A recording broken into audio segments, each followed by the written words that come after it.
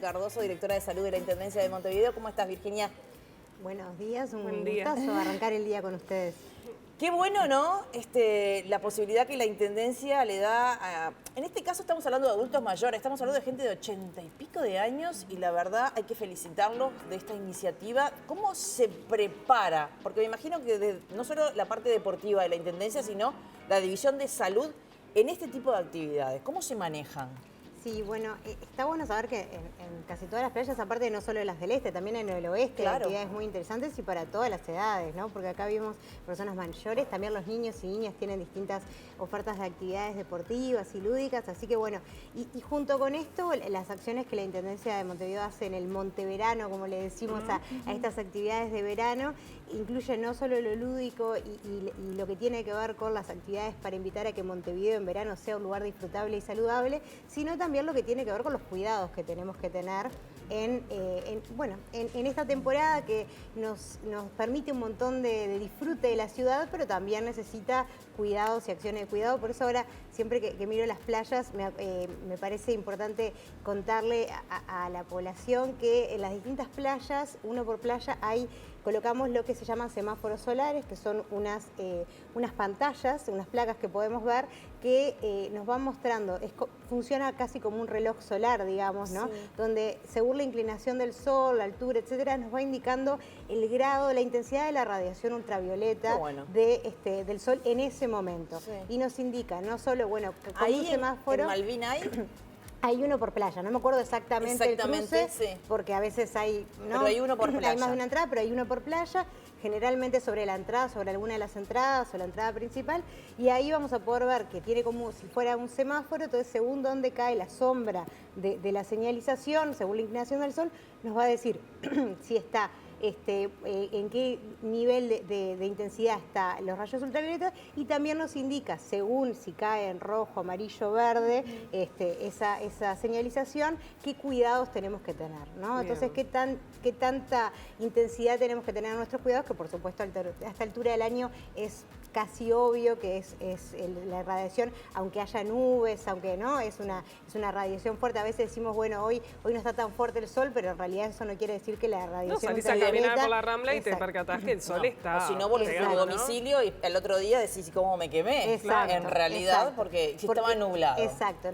La radiación ultravioleta atraviesa también las nubes, etcétera, e incluso en la playa se refleja con la nieve, ¿no? Entonces también cuando estamos a la sombra incluso tenemos que tener cierta protección con el protector solar, pero bueno, en realidad invitar a las personas que si ven esos semáforos en la Rambla paren y hagan el ejercicio, y hay meses, por ejemplo a veces octubre es un mes que no tenemos tan presente y sin embargo es un mes donde empieza a ser más intensa la radiación ultravioleta, aunque las temperaturas no estén tan fuertes, así que bueno, las playas tienen también su invitación a lo educativo y en esto sumamos, en estas actividades de verano, bueno, los distintos cuidados que tenemos que tener, no solo protegernos de la radiación solar y los daños que tiene y que puede tener a la piel o la prevención de cáncer de piel, sino también, bueno, las acciones que tienen que ver con los cuidados de distintos vectores, como por ejemplo lo que tiene que ver con los mosquitos, y también hacemos educación en torno a, bueno, la importancia de hidratarse, la importancia de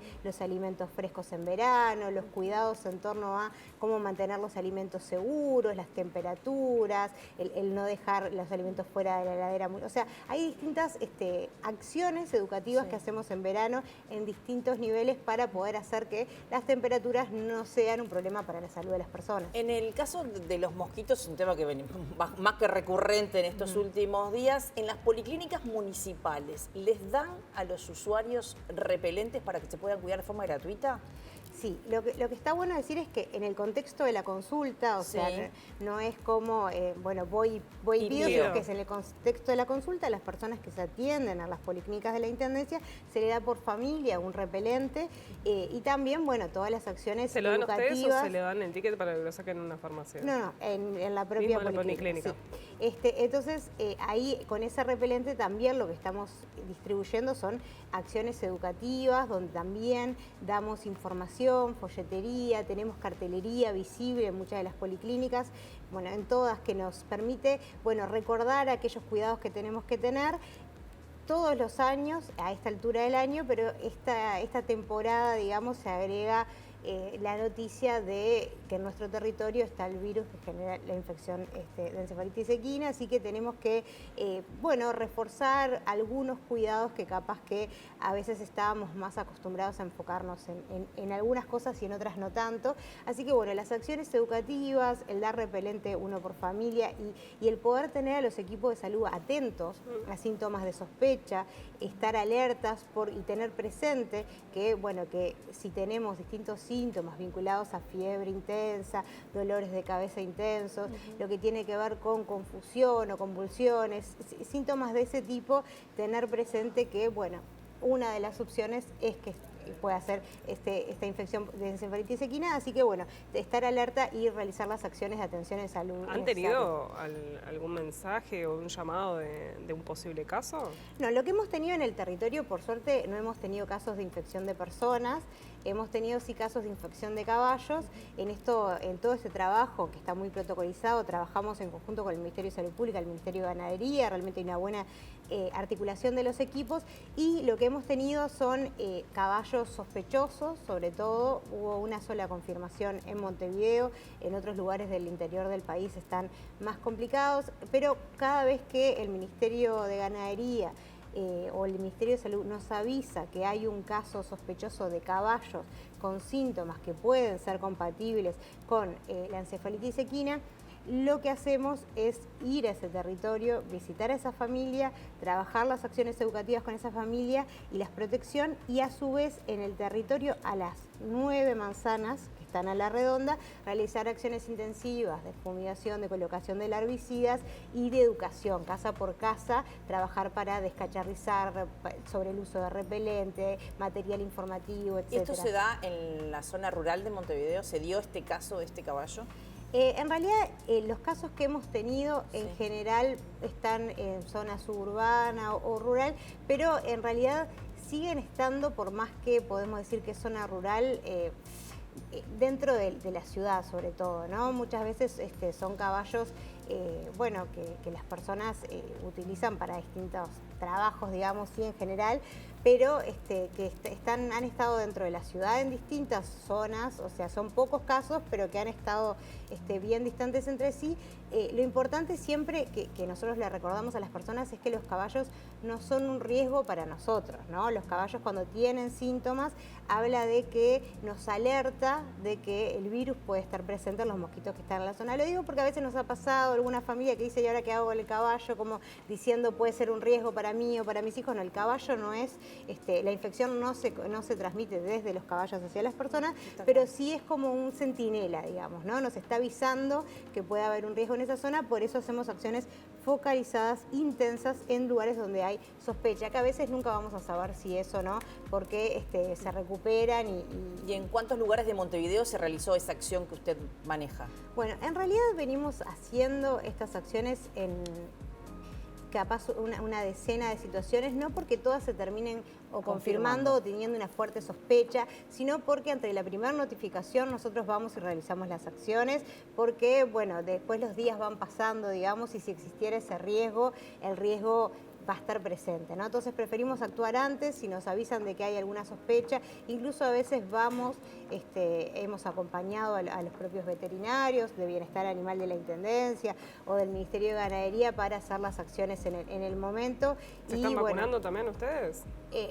La vacunación es a los caballos, sí, lo que vacunamos nosotros, hicimos toda la vacunación a los caballos que están en el programa de motocarros, o sea, los caballos que se realiza el cambio del carro por el caballo y que se trabaja y que muchas veces se ha enviado además el caballo después a su lugar final para estar en una estadía cuidada en lugares a veces del interior del país, capaz que zonas que pueden tener esos síntomas. Ahí se ha realizado la vacunación a esos caballos, que son 2 dosis de vacunas a las personas, y que una vez que empezamos la vacunación demora como 20 días en tener, digamos, la inmunidad, así que demora un poquito, pero en ese proceso de vacunar y enviar al lugar definitivo de donde va a residir ese caballo en ese plazo cuidado, eso sí lo estamos haciendo. No a la población en general, eso ya en algunas acciones es coordinado con el Ministerio de Ganadería y después en el mercado directamente cada uno de los que tienen caballos,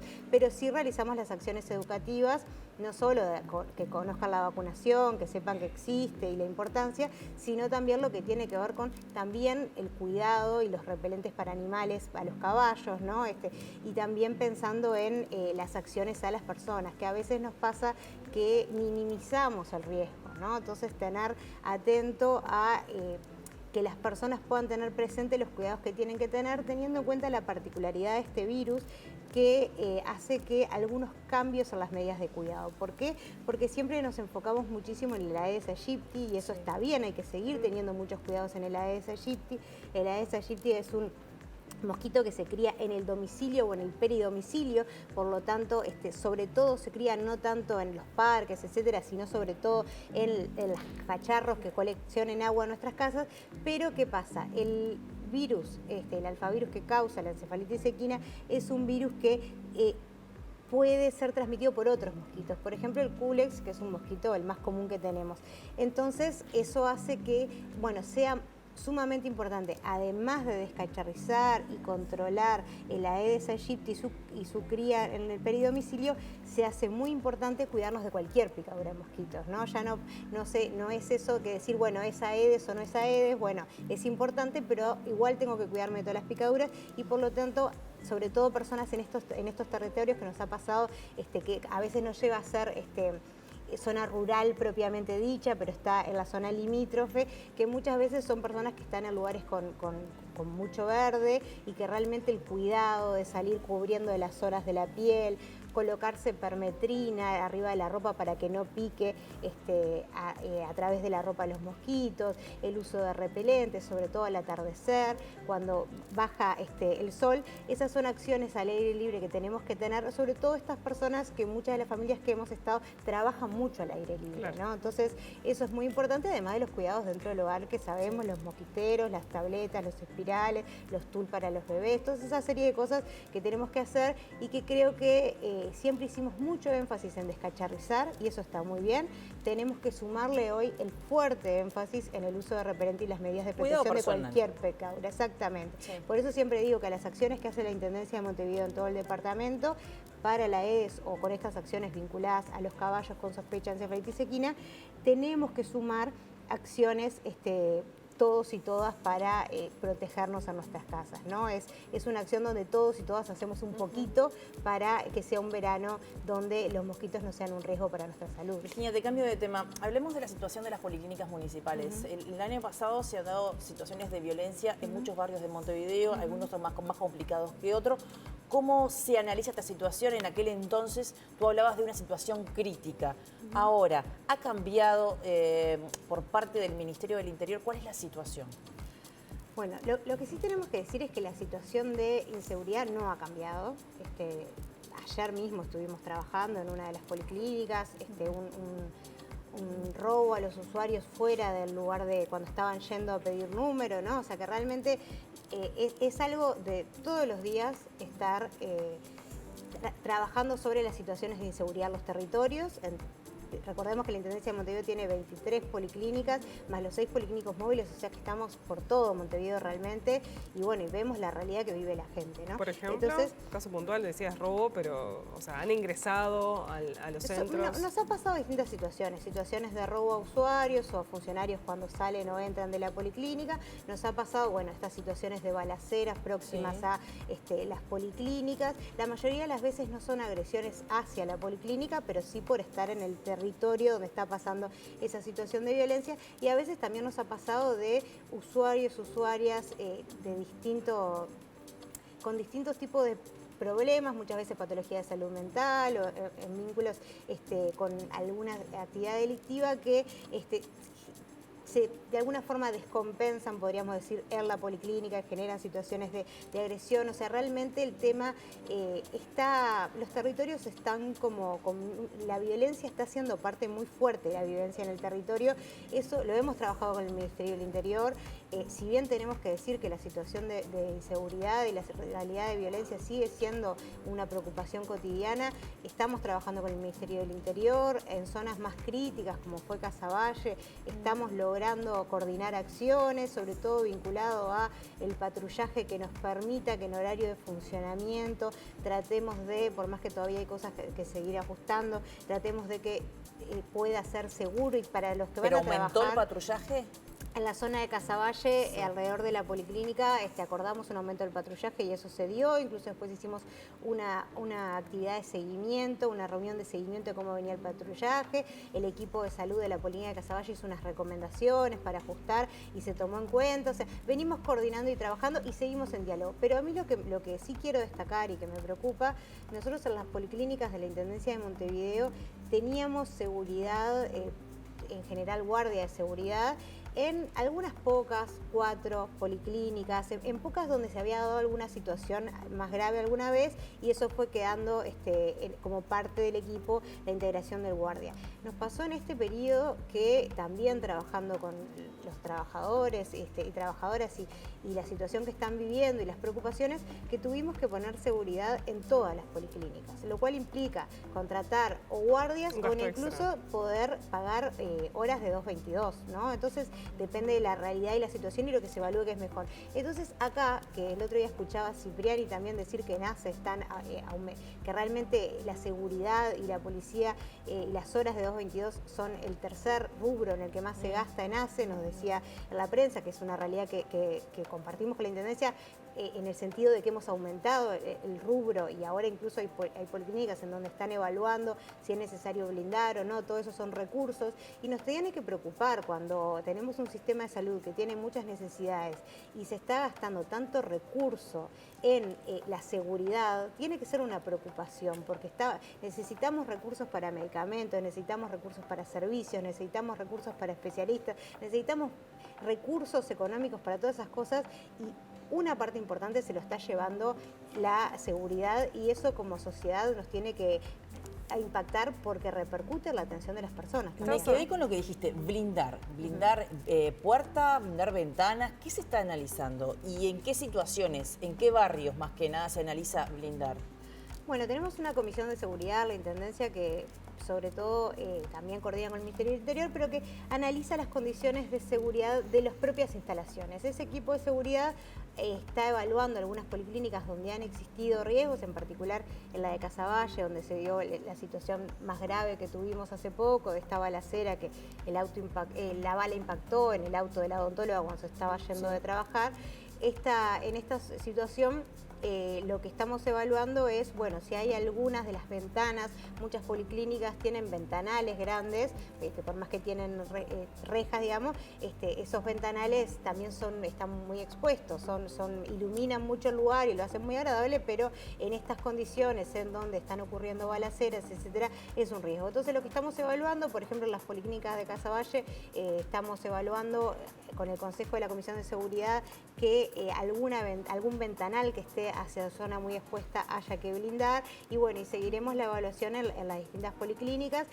No es la panacea, digamos, tampoco blindar, eso lo venimos trabajando, pero bueno, en algunas zonas evaluando, generar sobre todo zonas seguras, que si hay algún problema las personas puedan, si escuchan balacera, puedan ir hacia ese salón que está blindado, ¿no? O sea, generar zonas seguras o cuartos de pánico, como le dicen a algunos, que puedan ayudar a afrontar esas situaciones. Entonces, bueno, realmente este es un tema que nos preocupa, que creemos que... Es un cuarto de seguridad. Sí, exacto. Es un cuarto blindado que si llega a haber balacera, saben que ahí pueden estar seguros hasta que pase la situación de riesgo y puedan coordinar con el 911 cómo realizar la retirada del lugar. ¿no? Si realmente cuándo está en condiciones de irse. Todas estas son medidas que el equipo de seguridad de la Intendencia, junto con el Ministerio del Interior, vienen acordando los protocolos, porque los protocolos no es solo cómo se manejan los funcionarios y funcionarias y cómo nos manejamos como Intendencia cuando hay un evento, sino también cómo se da la comunicación con el Ministerio del Interior para avisar si está pasando algo o si vivimos una situación cuando se está en condiciones de irse, porque muchas veces los funcionarios y funcionarias quieren irse, pero puede no ser segura la zona para retirarse en ese momento. Entonces eso también se está trabajando y sobre todo también informar por qué zonas, por qué salidas, por qué calle es más seguro retirarse. Son cosas que pueden parecer a veces menores, pero estando ahí es central, ¿no? ¿Cuándo me voy? Que no haya riesgo en la zona y por dónde, por qué calles, por qué avenidas me retiro para hacerlo de forma segura, porque todas esas son diálogos y protocolos que estamos trabajando y que estamos en este momento con ADEOM, la Intendencia, el Ministerio del Interior, acordando para buscar las soluciones que sean seguras para todos los que trabajan en los territorios y para quienes se atienden con nosotros, que sabemos que esta situación además no es una situación de la Intendencia de Montevideo, pasa en todas las policlínicas, en el territorio de todos los prestadores, de ACE también, por lo que hemos escuchado también ha sido de noticia muchas situaciones, pero también le pasa en las cámaras de emergencias móviles, ¿no? Muchas veces tenemos noticias de ambulancias que han ido a buscar. Eso hace que se aísle al barrio, ¿no? Sí. Que la gente no quiera entrar, que en ciertos horarios, servicios, taxis, ómnibus, yo creo ya ha pasado, ¿no? Yo creo que sí, eso perjudica al barrio, ni que hablar. Por suerte, en los casos que hemos tenido, los equipos de la Intendencia se han posicionado muy fuertes del lugar de nosotros no nos podemos ir del territorio, no podemos dejar a la gente. ¿Y qué pasa con los funcionarios que trabajan en esas policlínicas? Por eso, esas policlínicas son las que esos funcionarios el planteo siempre fue por parte de los funcionarios, no solo de la institución, y eso es algo que hay que destacar de los porque funcionarios conocen y el día a funcionarias. día, aparte. Conocen el día, conocen las familias, tienen un vínculo muy fuerte con el territorio y conocen que esa situación de esas personas que están generando este problema no es representativa necesariamente de lo que pasa en el barrio y un montón de cosas lindas y de situaciones de familias que necesitan que estemos. Y los funcionarios de Casaballe desde el primer momento plantearon, nosotros no nos queremos ir, nosotros tenemos que estar acá.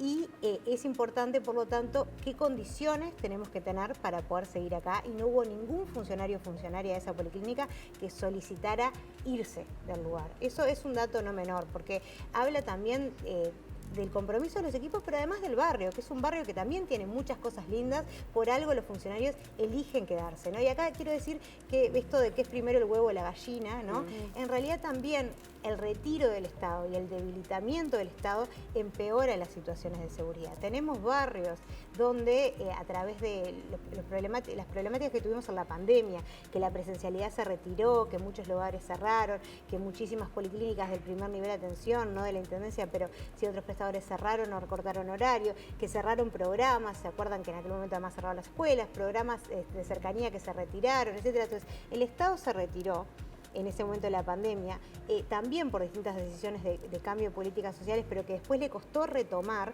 Y hoy tenemos barrios en donde estamos trabajando porque ese retiro del Estado no fue gratis, digamos. Ese retiro del Estado lo asumió alguien más y son las redes de narcotráfico que se aprovecharon de ese retiro del Estado y de esa pandemia y sus consecuencias, y hace que hoy haya barrios que estamos trabajando fuertemente cómo volver a entrar, porque no puede pasar que el Estado no pueda entrar, ¿no? Y que haya familias que no puedan ir a la escuela porque la situación de inseguridad y la balacera hacen que no puedan dejar la casa o que tengan miedo que los gurises vayan a la escuela, ¿no? Y hablando de la salud mental y del narcotráfico, ¿cómo se maneja las policlínicas municipales? Hay un informe en Estados Unidos que habla de que en el caso de los adolescentes la salud mental se vio perjudicada por la marihuana en un 50% después del último informe del año 2019.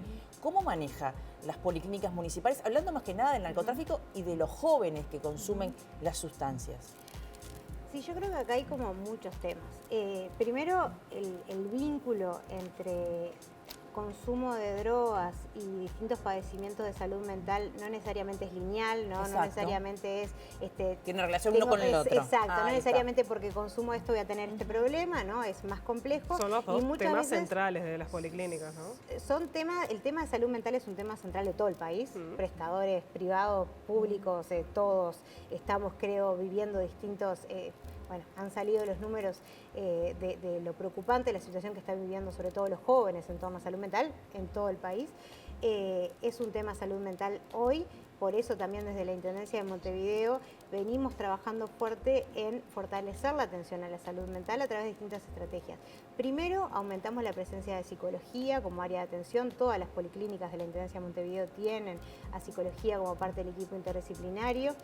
Aumentamos también lo que tiene que ver con espacios adolescentes vinculados a la atención a la salud mental. En 6 policlínicas tenemos espacios adolescentes enfocados en la salud mental. Creamos un dispositivo en Colón que se llama la Casa Comunitaria de Salud Mental para la prevención y el acompañamiento de personas con padecimientos de salud mental.